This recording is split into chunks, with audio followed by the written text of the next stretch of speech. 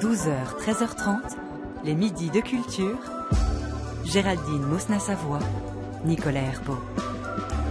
Et c'est la dernière table critique de la semaine, de quoi vous donner des idées de sortie ce week-end ou pour les prochaines semaines, car les deux expositions dont on vous parle ce midi sont visibles jusqu'au mois de janvier prochain. Voilà, on a le temps d'y aller et de se déplacer. À ma droite, une rétrospective du peintre Nicolas de Staël. À ma gauche, une exposition qui vous raconte, et c'est assez rare, les liens et les influences entre Modigliani et son marchand parisien. On vous explique tout dans quelques minutes. Et on en parle avec vous, Sarah Ehler-Meyer. Bonjour. Bonjour. Vous êtes critique d'art et commissaire d'exposition indépendante, et avec vous, Stéphane Coréard. Bonjour. Vous êtes critique d'art et commissaire d'exposition. Bienvenue à tous les deux dans les Midis de Culture.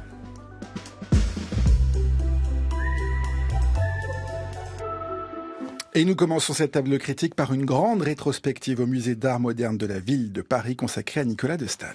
Il a toujours été en proie à cette angoisse et je crois qu'elle ne l'a jamais abandonné depuis le jour où il a pris un pinceau, vraisemblablement pour la première fois. Dès qu'il quittait son atelier, il devenait tout à fait vivant, ouvert, sympathique.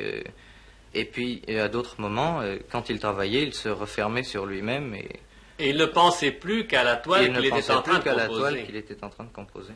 Et parmi ces toiles, 200 sont donc exposées à Paris jusqu'au 25 janvier, dont une cinquantaine qui n'ont jamais été montrées en France. 20 ans après la grande rétrospective du Centre Pompidou, c'est au tour du musée d'art moderne de la ville de Paris de consacrer une exposition au peintre Nicolas de Staël, rétrospective chronologique qui nous permet de découvrir son tout premier tableau figuratif avant de se laisser emporter par les évolutions successives de l'artiste. On voit ainsi défiler devant nos yeux ses premiers pas d'ongles, ses œuvres les plus sombres, ses jeux sur les formes avec ses dessins, ses études exposées aussi, à côté d'œuvres réalisées et de son travail sur la lumière. Nicolas de Staël qui peint des paysages, des natures mortes, des bouteilles, un match de foot. Bref, Sarah Ehler-Meyer, est-ce que vous vous êtes laissé, prendre au jeu par ce parcours chronologique ? Oui, disons que ce parcours chronologique, ce qui est intéressant, c'est qu'il permet de se concentrer sur le travail de Nicolas de Staël en écartant un peu la légende qui s'est constituée autour de lui suite à son suicide à l'âge de 41 ans, qui en a fait presque immédiatement un archétype de l'artiste tourmenté, au parcours de comète, qui plus est d'une très grande beauté, dont les portraits photographiques sont parfois plus connus que ses peintures. Alors le mythe aurait voulu que soit mis en scène un geste inspiré qui du premier coup donnerait lieu à des chefs-d'œuvre.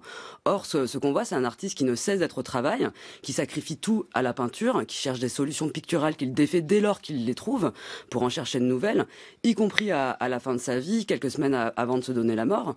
Et ce dont on prend, je trouve, la mesure à travers ce parcours, c'est que la manière qui l'a rendu célèbre, et qui consiste donc à synthétiser des paysages en quelques lignes de force et masses colorées, eh bien, elle est tout sauf quelque chose de facile à atteindre, contrairement à ce que cette simplicité et sa force d'impact visuel pourrait donner à penser.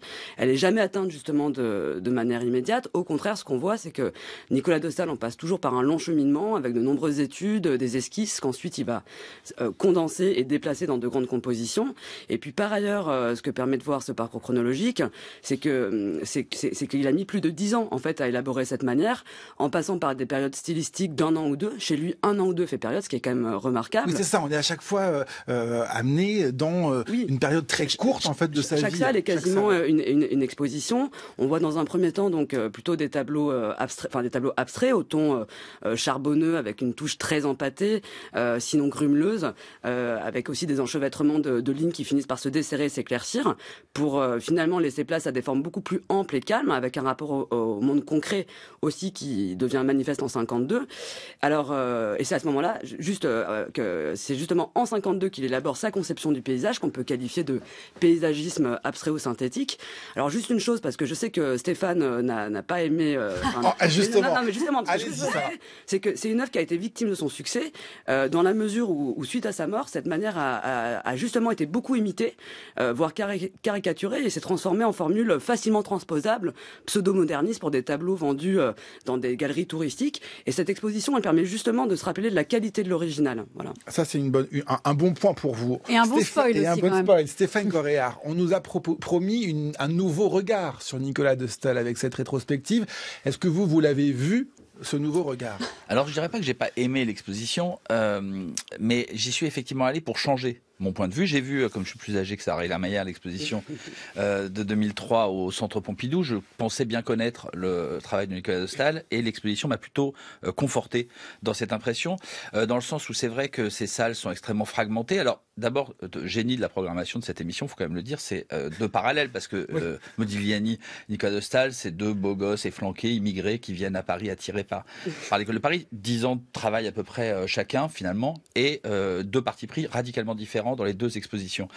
Celle, effectivement, du Musée d'Art moderne réunit plus de 250 œuvres, presque le quart de la production. Alors les commissaires, paraît-il, ont fait un travail de fourmi pour essayer de rechercher des tableaux jamais vus, etc. Mais même si chaque salle nous promet cette révolution dans sa production, en gros, il y a quand même 3 périodes. Il y a la première période, effectivement, un peu à l'époque très proche de ce que fait Soulages ou de ce que fait André Lanskoy, c'est-à-dire ces masses charbonneuses, ces lignes de force dont parlait Sarah Lermayer. Ensuite, il y a le paysagisme abstrait à la Truelle, on va dire, puisque c'est vrai. Pourquoi la Truelle, si vous nous décrivez un peu? Une truelle, en fait, il peint d'abord avec un couteau, puis carrément avec une truelle. Donc c'est des tableaux vraiment maçonnés. Fluide, quand même, il faut le noter. La touche est de plus en plus fluide et de moins en moins empâtée. J'en viens à la 3e période, effectivement, celle de la toute dernière année, où il peint là avec du coton ou de la gaze, et non plus avec la truelle, et où il arrive vers quelque chose de beaucoup plus éthéré. On y reviendra. Moi, ce qui m'a le plus frappé dans cette exposition, c'est 2 choses. La première, d'abord, c'est qu'on a vraiment de la peine à percevoir en quoi le modèle ou le processus de peinture influence le tableau qu'il est en train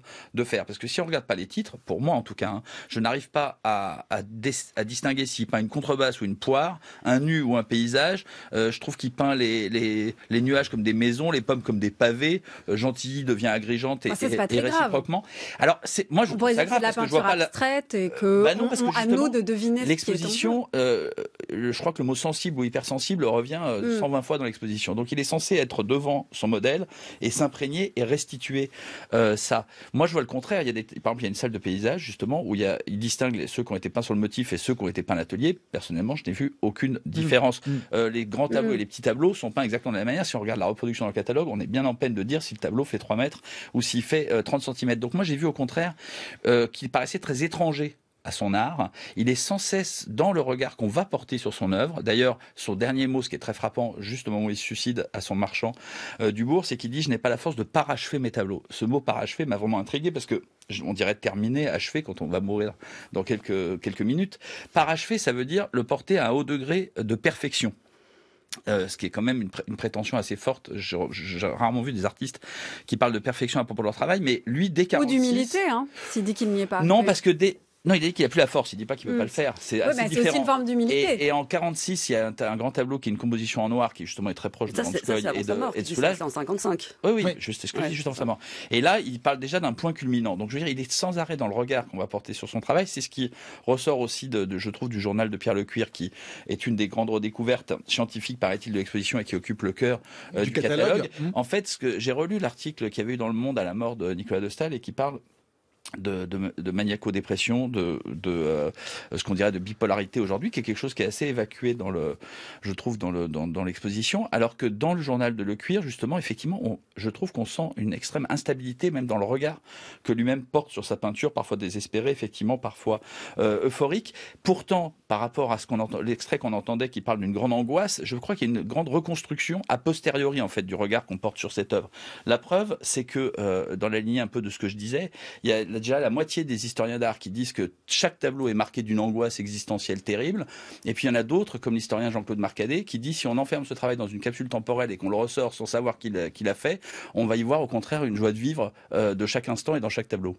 Ça, c'est aussi peut-être la magie de ce peintre, Sarah Lermayer. Non, je suis pas d'accord avec ce que dit Stéphane. Je pense que c'est un peintre qui est tout sauf satisfait de lui-même. Et d'ailleurs, il y a des citations dans le catalogue. Il y en a une en particulier, je pense, qui pointe le fait qu'il est tout le temps en train de chercher et ne se satisfait pas de ce qu'il trouve.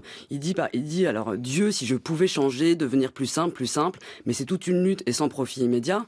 Je pense que quand même ça montre le fait que s'il s'intéresse s'intéressait simplement au regard qu'est porté son travail, il se serait arrêté à son paysagisme abstrait, en fait, qu'il révoque à la fin de sa vie, ce qui est quand même très étonnant. Je veux dire, à ce moment-là, il atteint le sommet de son art, et c'est à ce moment-là qu'il décide à nouveau de tout bousculer. Ce qui est quand même, je pense, ce qui rentre en contradiction avec, il me semble, avec ce que dit Stéphane.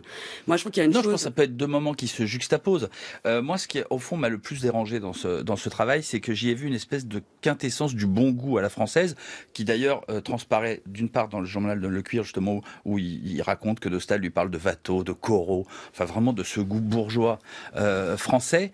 Et d'ailleurs, il a été adoubé par Georges Braque, ce qui pour moi veut tout dire dans le genre bon goût à la française. Et effectivement, il faisait partie, vous avez parlé de paysagisme abstrait, on parlait aussi à l'époque, dans les années 40, de peinture de tradition française. Et effectivement, c'est un artiste qui n'est pas un artiste de rupture. D'ailleurs, il n'y a pas d'expérimentation dans son travail. Il arrive quasiment directement dans l'abstraction des années 40. Alors, où il n'est pas... Non, mais qu'est-ce qu'apporte, par exemple, il y a des peintures, d'accord, il y a aussi des dessins, ces dessins au feutre, où on voit en fait sa technique apparaître pour des gens qui connaîtraient un peu moins son travail et qui connaîtraient un peu moins le peintre. Tout de même, cette rétrospective, elle nous donne des clés sur sa façon de travailler, sur comment il compose son tableau, comment est-ce qu'il travaille, Sarah. Oui, mais par rapport à ce que dit Stéphane, il y a deux choses.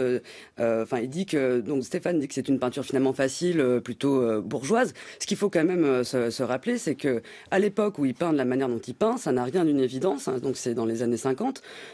Pour comprendre ça, il faut revenir sur le contexte dans lequel il évolue. Donc c'est celui de l'après-guerre en France, où se dispute, ça peut paraître un peu ridicule aujourd'hui, mais les tenants de la figuration et les défenseur de l'abstraction, avec une abstraction qui est elle-même divisée à l'époque entre les géométriques et les lyriques. Donc Nicolas de Staël, lui, dit se moquer de ces étiquettes. Néanmoins, il se positionne quand même à l'intérieur de cette querelle en affirmant que la non-figuration n'existe pas, dans la mesure où, selon lui, il y a toujours un référent, qu'il soit loin ou près des yeux. C'est ce qu'il dit. Et ce qui est notable, c'est que alors que cette querelle, quand même, elle est gagnée par les abstraits au début des années 50, Nicolas de Staël choisit pile à ce moment-là, après 10 ans de peinture abstraite pure, de revenir à la figuration et de prendre une voie oblique en inventant un langage, justement, Nicolas, qui lui est propre, qui est une sorte de synthèse entre figuration et abstraction, un peu comme si elles se résorbaient l'une dans l'autre. D'une certaine manière aussi, c'est une voie médiane entre les lyriques et les géométriques, qui consiste non pas à mettre en scène des effusions lyriques façon... Est-ce que ça, l'exposition le raconte bien? Pour ceux qui ne connaissent pas Nicolas de Staël, est-ce qu'on le sait bien? On est bien d'accord, ça, le problème, c'est que ce n'est pas dit dans l'exposition. Le contexte n'est pas suffisamment rappelé. Vous, Sarah Heyler-Meyer, vous connaissez bien le peintre, c'est votre domaine, donc vous pouvez restituer ça. Tout à fait. Je suis effectivement. Est-ce que c'est pas une des limites de l'expo, en fait, de pas réussir à convaincre quelqu'un qui n'est pas convaincu comme vous, Stéphane Correa? Mais la tradition est totalement hors sol, c'est-à-dire que non seulement il n'y a pas ce contexte français, mais qui après tout pourrait paraître totalement dépassé, puisqu'il faut quand même voir qu'il se donne la mort en 55. C'est le Chant du Cygne. D'ailleurs, ce sera interprété comme ça dans toute la presse internationale, c'est-à-dire que c'est la fin d'une époque, parce que c'est la fin de la suprématie de Paris, parce qu'on peut parler, oui, de Bazaine, de Manessier, de tous ces peintres, effectivement, de tradition française, paysagistes abstraits, mais enfin, je voudrais quand même rappeler, même si ça paraît grossier, mais entre 50 et 55, à New York, c'est de Kooning, c'est Pollock, c'est Rothko qui sont là. Et même à Paris, je suis désolé, c'est les premiers monochromes de Klein. Donc, pour moi, Nicolas de Staël, effectivement, et j'ai pas jamais dit que c'était facile. Je pense simplement que c'est un artiste hyper traditionnel. Et non tellement traditionnel. Cette exposition aurait pu vous convaincre du contraire? Justement, pas du tout. Je trouve que cette peinture n'a jamais, en fait, il y a une chanson de Brel, où il dit, ils étaient vieux avant que d'être. Enfin, c'est une peinture qui est vieille avant que d'être. Et d'ailleurs, celui qui en a le mieux parlé, c'est Roland Barthes, qui dit « Tout Nicolas de Staël tient dans 3 cm² de Cézanne ». Bon, ça veut dire qu'il fait toujours la même chose?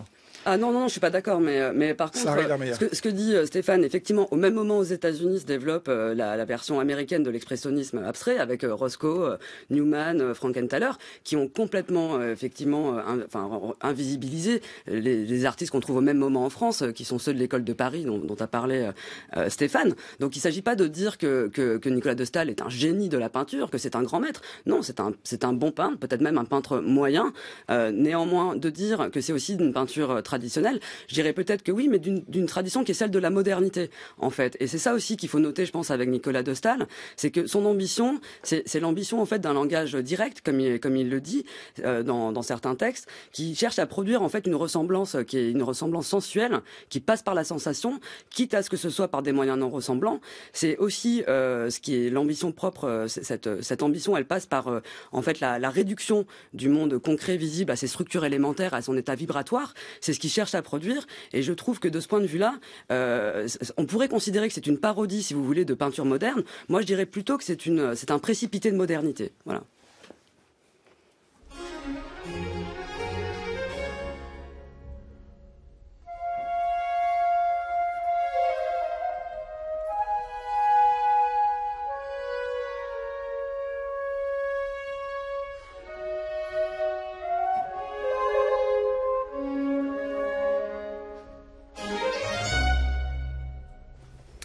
Nicolas de Staël, rétrospective, c'est jusqu'au 21 janvier au Musée d'Art Moderne de la Ville de Paris. Le catalogue est, lui, disponible aux éditions Musée d'Art Moderne de Paris. Jusqu'à 13h30, les midis de culture. Nicolas Herbeau, Géraldine Mosna-Savoie. Allez, direction le musée de l'Orangerie à Paris pour cette exposition consacrée à Modigliani, intitulée « Un peintre et son marchand ». Jean Cocteau. J'ai souvent entendu dire qu'il était fou. Eh bien, c'est peut-être parce qu'il donnait ses dessins au lieu de les vendre qu'il était fou. Mais il se promenait à la terrasse de la Rotonde, il faisait le portrait des uns et des autres, il se promenait comme une tireuse de cartes gitane et il distribuait ses dessins, il les donnait.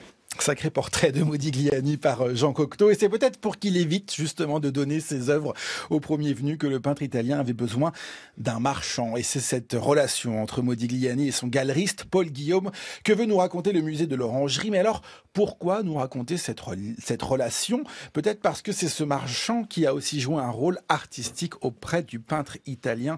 On posera la question à nos critiques dans un instant. Modigliani, pour vous donner le contexte, arrive à Paris en 1906. Rapidement, il rencontre Constantin Brancusi et il se met à sculpter jusqu'en 1914. Et c'est à ce moment-là qu'il renoue avec la peinture et les portraits qu'on découvre dans cette exposition. Donc quatre portraits qui sont consacrés à Paul Guillaume, présents aussi sur les photos du mur du musée. Stéphane Coréard, est-ce que vous avez compris le rôle joué par Paul Guillaume auprès du peintre italien ? Absolument. Parce que l'exposition me semble être l'antithèse exacte de celle de Nicolas de Staël, c'est-à-dire que c'est une exposition lumineuse, limpide, et même, j'ai pensé en la visitant, cristalline. C'est pas une rétrospective, hein. Là on est sur une période très courte. Oui, d'abord c'est la meilleure période de Modigliani, c'est vraiment l'âge d'or, c'est les 10 dernières années, hein, c'est là où il est le plus inventif. C'est tous les portraits qu'on a en tête quand on pense à Modigliani. C'est les portraits, absolument, mais il y a aussi des sculptures qui sont quand même moins connues. Ce mot d'une exposition cristalline, c'est celle qui m'est venue en sortant de l'exposition, et j'étais content de retrouver dans le catalogue une citation de Max Jacob à propos de Modigliani qui parle d'une exigence absolue de pureté cristalline, une sincérité sans compromis qu'il s'imposait à lui-même dans son art comme dans la vie. Et je trouve que c'est ce qui m'a stupéfié dans cette exposition. C'est un artiste, Modigliani, qu'on croit tous connaître, qui exprime à la fois totalement son époque, puisqu'il est à la croisée du cubisme, d'une forme de primitivisme, d'art naïf aussi, et je trouve que là l'exposition montre au contraire le côté totalement intemporel de sa peinture. On pense au portrait du Fayoum qui date du tout début de notre ère après Jésus-Christ, mais aussi au primitif italien, à la Renaissance, à Jean Clouet. Enfin, c'est des portraits. En fait, ce qui manque totalement à Nicolas de Staël, c'est cette incarnation. On va continuer sur Nicolas de Staël. Que Nicolas de Staël revendique, puisque Le Cuir dit qu'il n'en avait rien à faire des gens qui pour lui étaient des fantômes. Il ne pensait qu'à son art. Mais Modigliani, c'est le contraire. C'est parce qu'il ne pense qu'aux gens que son art a cette intensité. C'est visible notamment dans les salles de portrait. Il y a 4 salles. C'est une exposition très courte, mais absolument remarquable. On va les décrire, évidemment. Sarah Hiller-Meyer. Alors non, je suis pas du tout d'accord. Il se trouve que c'est déjà, en fait, on ne peut pas du tout se rendre compte dans l'exposition de l'influence qu'a eu Guillaume sur Modigliani. Pourquoi ? Parce que ça relève de données historiques, textuelles, qui de fait ne peuvent pas être mises en espace. Par ailleurs, la seule chose en fait qu'arrive à démontrer cette exposition, c'est que voir un Modigliani, c'est les avoir tous vus. Et en l'occurrence, ce qu'on voit là, c'est en fait, pardonnez-moi, mais un ersatz de modernité, mou, lisse, élégant, confortable, en somme bourgeois. Mais on pourra y revenir. À mon avis, ce qui est le plus intéressant dans cette exposition, c'est son implicite. Je signale quand même que Stéphane Coréard... Mon cœur saigne. Ce qui est le plus intéressant dans cette exposition, donc c'est ce qui est implicite, mais qui est quand même explicité dans un portrait de Paul Guillaume peint par Modigliani et qu'on voit à l'entrée de l'exposition, sur lequel l'artiste a écrit en italien le nouveau pilote, à propos de Guillaume, ce qui revient à dire en fait que le marchand d'art, au-delà de Paul Guillaume et de Modigliani, est l'un des pilotes de la modernité artistique. Et en effet, effet, ce dont cette exposition permet de se rappeler, c'est que les avant-gardes artistiques ont partie liée avec les marchands d'art. Ce sont ces derniers qui les accompagnent dès la fin du 19e siècle, avec par exemple Durand-Ruel pour les impressionnistes, Canvaleur pour les cubistes. Et ce sont ces alliances entre marchands et artistes qui font contre-pouvoir face à l'Académie et aux institutions officielles, qui quand même, pour rappel, rejettent dans un premier temps systématiquement les avant-gardes. Alors apparemment, Modigliani l'a bien compris. Ce qu'on apprend ici dans le catalogue, c'est qu'il abandonne la sculpture au profit de la peinture l'année de sa rencontre avec Guillaume, qui l'a vivement encouragé dans cette direction. Mais ça, c'est vrai, c'est un mythe. Alors, on ne sait pas trop. Mais c'est pas le plus important. Le plus important, à mon avis, ce sont les circuits de reconnaissance intellectuelle, artistique et mondain dans lesquels Guillaume a introduit Modigliani de manière à lui assurer une très bonne position au sein des avant-gardes. Alors, il se débrouille pour qu'il soit exposé aux côtés de Picasso, de Derain, de Van Dongen, de Matisse, qui sont déjà reconnus à l'époque. Il a bien fait son travail. Oui, bien sûr. Et par ailleurs, autre chose, Guillaume présente Modigliani aux côtés de sculptures africaines qu'il collectionne comme Modigliani. Or, en réalisant ce type d'accrochage, Guillaume, ce qu'il fait, c'est qu'il inscrit délibérément Modigliani dans une histoire qui est déjà en train de s'écrire à l'époque, qui est celle d'une modernité qui s'est libérée des canons académiques en puisant du côté des arts extra-occidentaux. Cette histoire-là, elle a débuté avant Modigliani, elle a débuté avec la révolution cubiste en 1907 au moins, et il se trouve que dès 1915, quand Guillaume expose Modigliani, il y a déjà aussi des théoriciens sur ce sujet, tels que, par exemple... Donc vous nous dites, Sarah Karl qu'on n'apprend rien de nouveau peut-être sur l'art, mais peut-être sur sa pratique à Modigliani, lui. Est-ce que cette rencontre a été vraiment importante? Est-ce que les influences ou est-ce que leur affinité, par exemple, pour l'art africain qui est mis en avant dans la seconde salle, si je dis pas de bêtises, avec des statues africaines et des peintures de Modigliani qui sont évidentes quand on les voit dans cette exposition, Stéphane? Absolument. Alors je suis désolé, pour moi l'exposition raconte exactement l'inverse de ce que Sarah Eglain-Mayer vient de dire, c'est-à-dire que d'abord effectivement Paul Guillaume a tout à fait reconnu avoir incité Modigliani à revenir à la peinture après cette parenthèse de sculpture qui doit notamment à son amitié avec Brancusi, mais il ajoute, et ce qui me semble toute la finesse du personnage, pour le meilleur ou pour le pire. Donc il dit pas forcément qu'il a eu raison, même si les tableaux qui sont là à mon avis le prouvent amplement. Sa relation évidemment avec Modigliani n'est pas du tout intéressante du point de vue commercial. C'est pas ça qui est frappant. Ce qui est frappant déjà, c'est la personnalité même de ce Paul Guillaume. Il vient déjà à l'art. Comment il travaille chez un garagiste de luxe qui vend des voitures de luxe, et dans une cargaison de caoutchouc, il tombe sur une sculpture du Gabon, une sculpture traditionnelle d'art primitif, et il est ébloui. Et c'est ça le point de départ de son intérêt pour l'art. Donc c'est quand même pas banal. C'est effectivement un intérêt qu'il partage avec Modigliani, qui, comme tous les artistes de l'époque, beaucoup d'artistes de l'époque s'intéressent à cet art, mais notamment à travers Brancusi, à son influence sur la sculpture. Et ce qui est au-delà de la rencontre entre ces deux personnages, c'est aussi la rencontre avec une époque dans laquelle ils jouent tous les deux un rôle majeur. Et les figures qui viennent immédiatement derrière, c'est Max Jacob, le poète Max Jacob, Apollinaire, c'est Apollinaire qui est le conseiller de Paul Guillaume. Et c'est évidemment cette histoire qui est racontée, et c'est une histoire qui est racontée. Racontée justement, elle est racontée justement parce que c'est compliqué quand on a un portrait de se figurer. Non, justement, l'exposition, pour moi, l'exposition, c'est pour ça que je disais qu'elle est limpide et cristalline, puisqu'il y a effectivement 4 salles. La première, c'est Amedeo Modigliani et Paul Guillaume. Donc, il cherche à périodiciser un parcours en fait qui est strictement c'est 6 ans de carrière. C'est toujours le même tableau. Non, mais là, on arrive. Pour raconter, quand on rentre donc dans cette exposition, on voit des photos, des portraits de Paul Guillaume, les portraits peints par Modigliani de Paul Guillaume, et là on comprend qu'il se passe quelque chose entre eux, qu'il y a en tout cas un début de relation. Et ensuite ensuite on rentre dans cette deuxième salle où effectivement, qui s'appelle Masques et Têtes, qui confronte l'art de Modigliani avec de la sculpture traditionnelle du Gabon. Il y a 3 sculptures de Modigliani qui sont absolument stupéfiantes, et il faut absolument aller les voir en vrai, parce que quand on les voit en image de face, ça a la frontalité d'un dessin, mais en réalité c'est beaucoup plus proche de l'art du Moyen-Âge. Il y a quelque chose de complètement démesuré dans la chevelure qui prend une présence incroyable. C'est mis en tête en relation effectivement avec des sculptures africaines. Il y a la femme au turban de velours qui est sur le même mur qu'un masque fang du 18e qui a appartenu à Jacques Doucet, le grand couturier et collectionneur, encore une personnalité majeure de cette époque. Et c'est ce qui introduit la 3e salle qui s'appelle Milieu parisien, affinité artistique et littéraire, qui est une remarquable galerie de portraits où il y a des portraits pour moi d'une beauté, d'une sensibilité effroyable. Il y a un tout petit portrait de Kissling, un peintre de l'école de Paris, qui fait 40 cm par 30 et qui est sublime, qui est vraiment comme un Piero della Francesca. Pour moi, c'est vraiment de ce niveau-là. Ça vous plaît pas, Sarah? Alors, mais pourquoi? Dites-moi pourquoi c'est effroyable. La question de la valeur, parce qu'il y a un premier implicite de cette exposition qui consiste en fait à déromantiser la figure de Modigliani en pointant les conditions traditions marchandes et institutionnelles qui lui ont permis d'être considéré comme un artiste phare de la modernité. Il y a un autre implicite qui est directement articulé à ce premier implicite, c'est celui de la valeur de son œuvre. Donc valeur au pluriel, qui n'existe jamais en soi, mais sont toujours en fait collectivement instituées. Et alors certes, aujourd'hui, et depuis de longues années, Modigliani est reconnu comme une figure phare de la modernité. Tout le travail de Paul Guillaume aura justement consisté à y œuvrer. Par ailleurs, il va sans dire qu'on reconnaît immédiatement à Modigliani. Il a élaboré sa manière et sa signature dès 1914. Il s'est confortablement tenu jusqu'à sa mort en répétant systématiquement la même formule. C'est ce que montre cette exposition.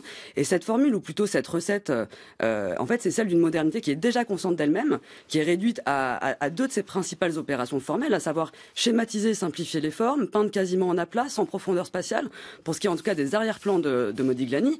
Donc c'est là quasiment, en fait, je dirais même que c'est une méthode pour les nuls de peinture moderne, mais d'une mais oui, et d'une modernité édulcorée. Pourquoi ? Parce que là où les cubistes dont s'inspire Modigliani fragmentent les objets en une multitude de facettes parallèles au plan du tableau qui évacue toute profondeur spatiale, Modigliani, lui, au contraire, il maintient une forme de volumétrie avec des visages modelés par des dégradés de ton ocre, parsemés ça et là de quelques touches de verre pour faire moderne. Ça, c'est un problème qu'on fait c'est un reproche qu'on peut faire à Modigliani. Non, mais en fait, ce que produit Modigliani, c'est une modernité qui est fondue dans les canons classiques. Alors évidemment, ce que je dis là ne va pas faire chuter sa cote. Néanmoins, je le dis, et je le dis avec Chirico, qui m'accompagne dans mon jugement. Et voilà ce qu'il dit en 1915 à propos de Modigliani. Il dit « C'est être stylisé, une banalité comme on en voit par milliers dans toutes les expositions d'art moderne. » Bon, vous avez été lassé, on a bien compris ça. Il a meilleur. Pour terminer, Stéphane Coréard. Vous n'aimez pas Modigliani, en tout cas. Un mot tout de même sur cette relation entre eux. Elle était sincère, elle a fonctionné. Mais elle était plus que ça. C'est non seulement ce que Sarah Meyer a dit est faux, mais c'est parfaitement injuste. Et pour ça, il suffit, l'exposition est courte, c'est vrai qu'elle prend une demi-heure, donc il faut absolument que nos auditeurs aillent ensuite visiter la collection de Paul Guillaume qui est à côté à l'Orangerie. Il y a toute une partie aussi sur sa revue Les Arts à Paris, et on voit justement à quel point Modigliani, et c'est ça le point fort, c'est qu'il est le résumé, la synthèse de tout ce goût Paul Guillaume qui est absolument exceptionnel. Quand on voit les salles du Douanier Rousseau, les salles de Soutine, les salles de Matisse, de Picasso. Je veux quand même dire que Picasso en 73 sur son lit de mort, il appelle deux personnes, il appelle Apollinaire et Modigliani. Il y a un Modigliani, une femme aux cheveux noirs dans l'exposition qui appartenait à Picasso, qui est absolument sublime. Et je pense que justement, il est à la fois totalement de son temps, totalement intemporel, et c'est pas du tout, à mon avis, une synthèse mièvre. Au contraire, il se place dans cette grande tradition de la peinture, mais chez lui, c'est totalement intériorisé dans l'humain. C'est ça qui est fascinant. Et ce sera à nos auditeurs d'aller se faire leur avis en allant au musée de l'Orangerie. Modigliani, un peintre et son marchand, à découvrir jusqu'au 15 janvier prochain. C'est en partenariat avec France Culture. Je signale aussi que le catalogue de l'exposition est disponible aux éditions Flammarion. Merci à tous les deux. On va boire un verre d'eau. Sarah Meyer, critique d'art, commissaire d'exposition indépendante, et Stéphane Coréard, critique d'art également. Vous nous reviendrez nous parler d'autres expositions dans cette midi de culture, et vous retrouvez évidemment les références sur le site de France Culture.